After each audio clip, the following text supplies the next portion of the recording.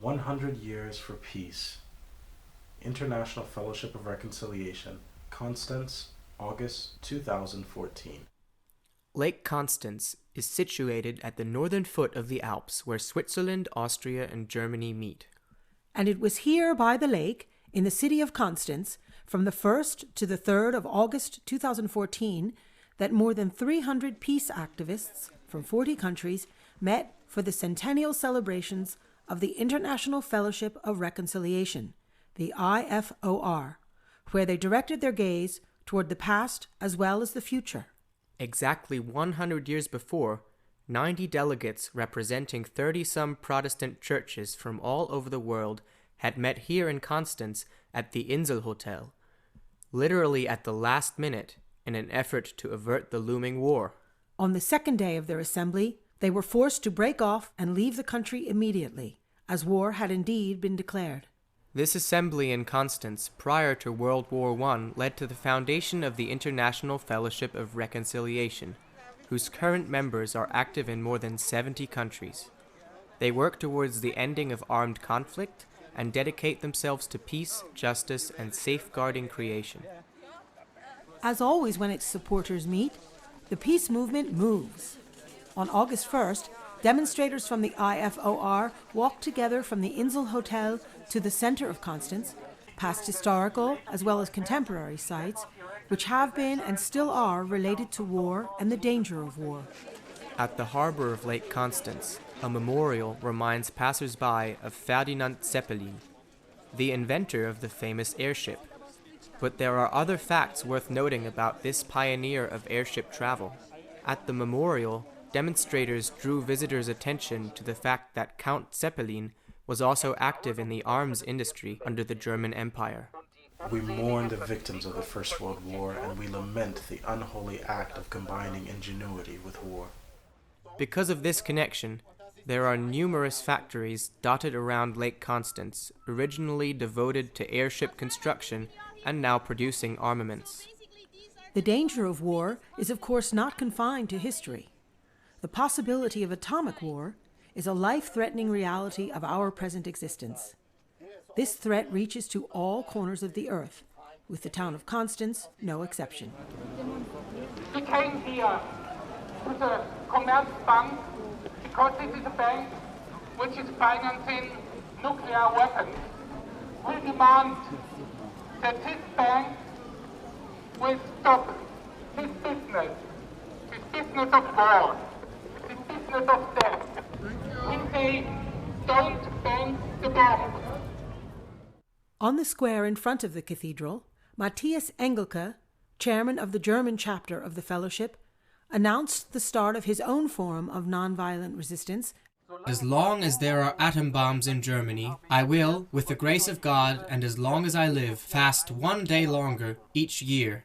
And, together with friends, began a fast in protest against the storage and provision of nuclear weapons on German soil. Nonviolent resistance is also closely related to the history of the IFOR. One of the first prophets of this movement was the Czech reformer Jan Hus. When the Ecumenical Council of Constance was formed in this building in 1414, that is 600 years ago, he was among the participants. And it was here in Constance Cathedral that Jan Hus, as an outspoken critic of the church, was sentenced to be executed. He was burned at the stake soon after. The IFOR of today includes many activists, among them several highly respected international figures. Before a packed audience at the Luther Church, prominent members of the IFOR, including Nobel Peace Prize winner Mairead Corrigan Maguire and Sulak Sivaraksa, winner of the Alternative Nobel Prize, discussed the most important tasks facing the worldwide peace movement. These prominent personalities, as well as ordinary IFOR members, are committed to finding peaceful solutions in various conflict zones around the world. And it's not just a question of war and peace. I am Blas Garcia from Colombia. I represent the Service for Peace and Justice in Latin America. For over 60 years, a devastating armed conflict has raged in our country, leaving 5.7 million displaced persons and more than 200,000 dead, who in turn have left widows and orphans, people who have been robbed of dignity and hope. But there is a group of men, women, and children, including peasants and indigenous peoples, who are taking a stand against this violence. We understand that violence is a vicious circle that generates more violence. We believe that another world is possible, so we are actively working to create a peace culture with non-violence not as pure theory, but as a practical lifestyle. We look at the Palestinians around us and we think, okay, what needs to be done? How can we help? So we do a lot of things such as job creation, women empowerment, youth empowerment, men empowerment, trauma training, healing, reconciliation, a wide variety. A lot of it is because it stems from living under Israeli occupation. We are Palestinians, we deserve the right to live and to live in dignity. We're basically trying to bridge into humanizing Palestinians to the West, or helping others understand us and our way of life and making relations. It's also about the whole range of causes of conflicts, about social issues. It's about fighting poverty, supporting women's rights, fostering interreligious dialogue, and also, again and again, it is about imaginative forms of nonviolent, direct resistance. Peace and Development Foundation Africa started with the main aim of rehabilitating former child soldiers into the normal way of life of today. So all the youth in northern Uganda were affected by the long civil war. So we instilled the spirit of non-violence in them. That is the center of our work. Unemployment rate in Uganda is very high. Approximately 80% of school graduates fail to get what to do. So what we intend to do is to provide skills in vocational training to these youth who can start something for themselves. The other alternative is also to give opportunity to people who missed out secondary or primary school because of other factors, ranging from HIV/AIDS, war-related issues, so early pregnancies. So we give them an alternative. Look here, if you're still interested in going back to school, we give you an alternative to come and train for 1 year and sit for the minimum qualification, which is primary living examination certificate. Upon that, you can now enroll for secondary school and even up to the university. But while with Peace and Development Foundation of Africa projects, we instill in you principles, skills in nonviolence and peace building. Because we believe when you change one person, the person can change another. So the struggle continues and it's a long process. That is what we basically do in Uganda. We don't get much support from the government. We get support mainly from foreign peace activists, peace-loving individuals, mainly from Germany, IFOR England, and Peace Roots. Thanks to all of them. Indian IFOR have identified many different areas of intervention. First is working with disarmament and war. Second one is with a lot of articles and campaigns on peace, justice and nonviolence. And thirdly, we are focusing on the issues of women and children, because a lot of women and children in our country are struggling and suffering on a day-to-day basis. So we felt that it is very important to work towards a just society where human beings are equally treated and nurtured. Then we are trying to work along with actually the youth who have been the future, and to bring many youth to come into peace activism. And we are also trying to work in building or collaboration with the other organization in training programs of active nonviolence and peace. In India, you can see about hundreds of religion and subcaste and sub-religions. India is a country where we live together, though in spite of diversities, we are living together, but sometimes the tension occurs here and there. And I think over the last many years, the Fellowship of Reconciliation India could achieve a lot through our network, because we are not alone there. There are several organizations who are thinking similarly, may not be in the same way or through the same strategies. There are larger community who are supporting each other. And I must say myself sometimes, we are not alone, we are not alone, we are not alone. As Fellowship of Reconciliation Zimbabwe, our work is involved in two aspects.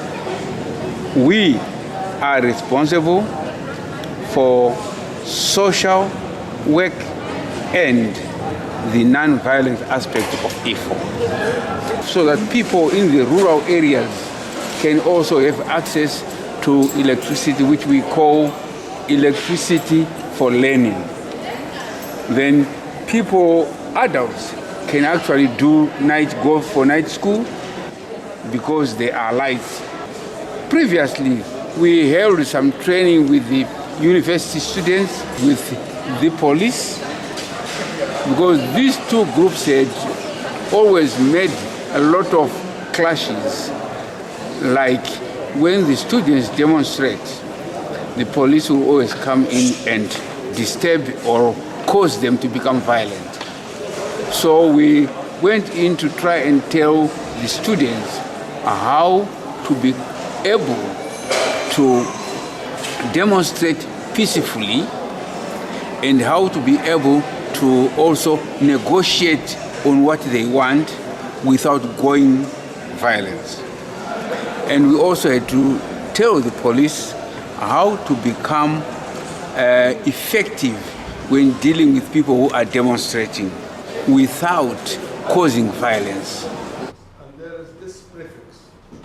It's like in a large number of working groups, the participants at the Centennial meeting exchanged views on diverse topics, on the different conditions of peace work in different countries, on concepts and experiences, on achievements and failures. Through direct networking during the gathering, many attendees were able to reach agreements regarding future cooperation. Since, for the past 3 years, I've been representing IFOR at the United Nations in Geneva. IFOR has had consultative status with the United Nations that gives it the opportunity to maintain a presence in the Geneva office, the New York office, the Vienna office, and the UNESCO headquarters in Paris. The consultative status gives us the opportunity to have access to the UN buildings, to attend many of the meetings, with access to the delegates to whom we can speak. In some of the meetings, we actually have rights to speak ourselves, usually to deliver very short statements. We, more importantly, have the ability to submit written evidence to members of UN staff, to its independent experts, and in particular, of course, bring concerns and information which we can get from our network of branches and affiliates throughout the world. Article 9 of the second chapter of the Japanese Constitution, the renunciation of war, is held in high regard. Aspiring sincerely to an international peace based on justice and order, the Japanese people forever renounce war as a sovereign right of the nation and the threat or use of force as means of settling international disputes. In order to accomplish the aim of the preceding paragraph, land, sea, and air forces, as well as other war potential, will never be maintained. The right of belligerency of the state will not be recognized. The German IFOR has a really active use that is due to a good decision many years ago that there is childcare at the annual meetings, and a lot of young people grew up in the system and then started to participate in the childcare, also in the topics and in the organization, and we are allowed to have a lot of responsibility and we get a lot of trust from the board. We have a meeting, we have a seat in the board and a youth council, and we can do a lot with that. Deutsche Waffen, deutsches Geld, Morden in aller Welt.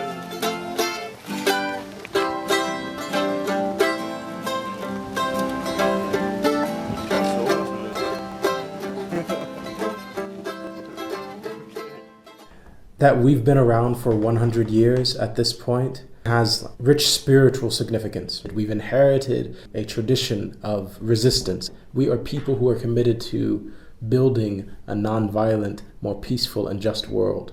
On the other hand, there is a deep reservoir of capacity because of that history. There is a deep ability in 65 members in 40 different countries. That represents this network of relationships, this network of infrastructure. It has to be reorganized in order to mean something for the struggle that we currently face. And I think it does. And I think that we have a lot to offer. And I think that we have a lot of work to do. And I'm excited about that.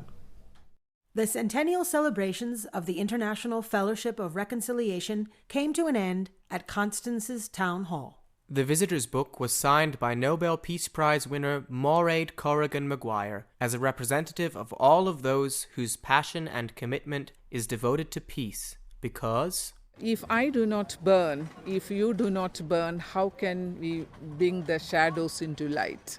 So I think our role is to give light to others, to light to the shadows and bring them to light. So this is our mission and this is our vision.